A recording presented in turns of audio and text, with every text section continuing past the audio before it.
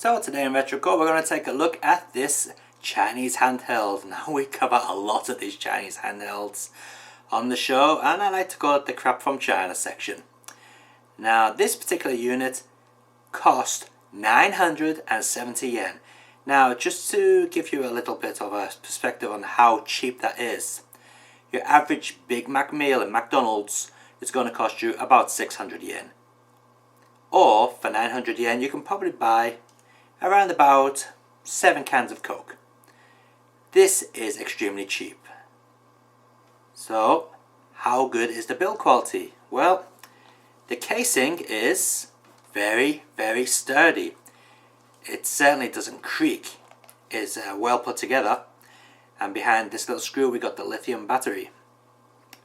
On the bottom of the machine we got the charging port, which isn't USB mini, it's one of those old style connectors, which is kind of a pain. We've got the volume jack and the power on and off switch. On the front of the system we got what seems to be 2 stereo speakers, when in fact there's only one speaker, which is over here. We got face buttons A and B and the T button. Now the T button is actually for turbo. It basically just does turbo for the B button.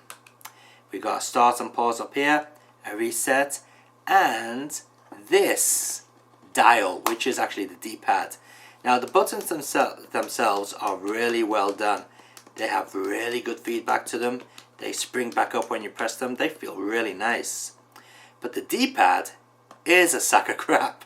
This thing it just feels awful. In fact, if you listen you can hear it clicking. Yeah, that is terrible. That is awful. Okay, and before we finish up, on the top of the machine we've got a little port here.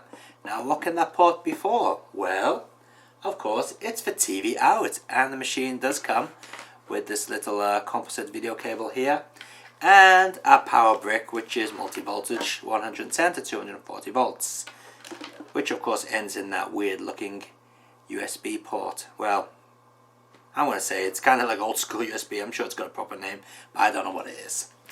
Okay, so what is this clone? Well, as you probably guessed, it's another Famicom clone. But like all the Famicom clones, this one is a little bit different than the rest. So first of all, let's switch it on. Okay, cool baby, nice.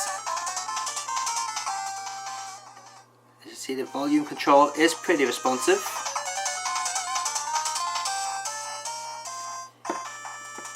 Now pressing the A button, we get into a menu system where we can choose English or Chinese language.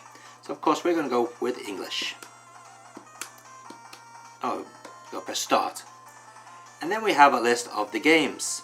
Now it says it has 260 in one, and to be honest, this system does actually have that many games. It really does. Now some of them are Famicom games, and other games are, I don't know what they are. They're probably based on the Famicom hardware, but they're not actual Famicom games. Probably third party, cheap Chinese games. But there are an awful lot of Famicom games on here, so let's start one up. Now one very special thing about this system is the emulation is actually very good. Let's take a listen and look at Contra.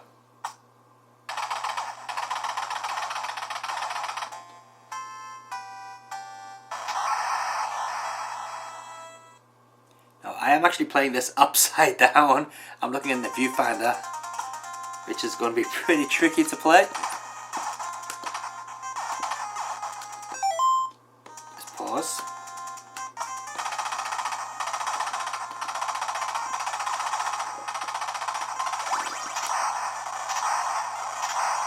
But as you can see and hear, it's very well done. The emulation is good. But to give you more of an idea, let's connect this up to the capture card so you can get a direct picture feed. So here we go with the cool baby RS8A connected up to the capture card. And straight away you can see that the video quality, even though it's through composite, isn't all that bad. I mean, it's certainly no RGB or HDMI quality image, but it is fairly respectable. Better than the standard Nintendo or Famicom.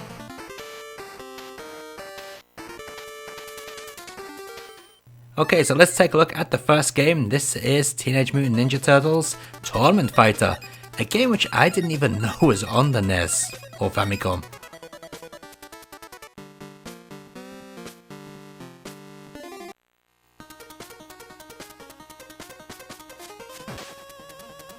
Now you've probably also noticed that the sound is only coming out of one channel, and also there seems to be some actual sound channels missing from the actual emulation of the games.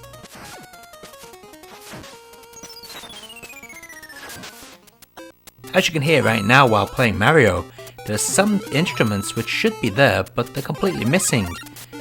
Now when you play the games on the actual handheld, that doesn't happen. It only seems to happen when you use the AV out.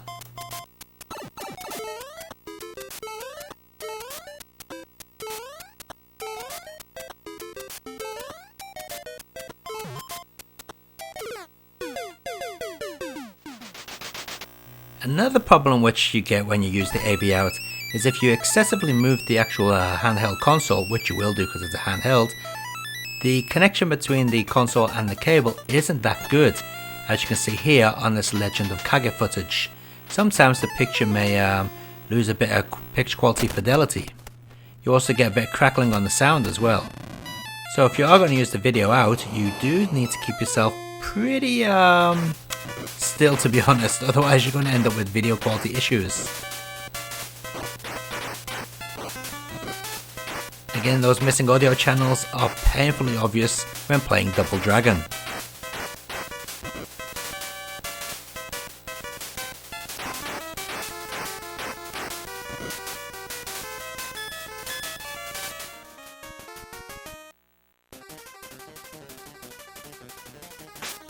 So as a console that connects up to your TV, I wouldn't say this was the best, even though it does provide a pretty good image quality. But as soon as you start moving about, you're going to be getting problems with the image, and you also have those missing sound channels. As a handheld unit though, I'd say it's pretty good. The emulation, especially the graphics and speed, seems to be spot on.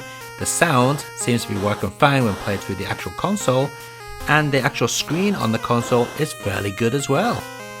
Especially when you consider this costs under 1,000 yen. I mean, your average price of a Nintendo DS game is 5 times more than this actual console is.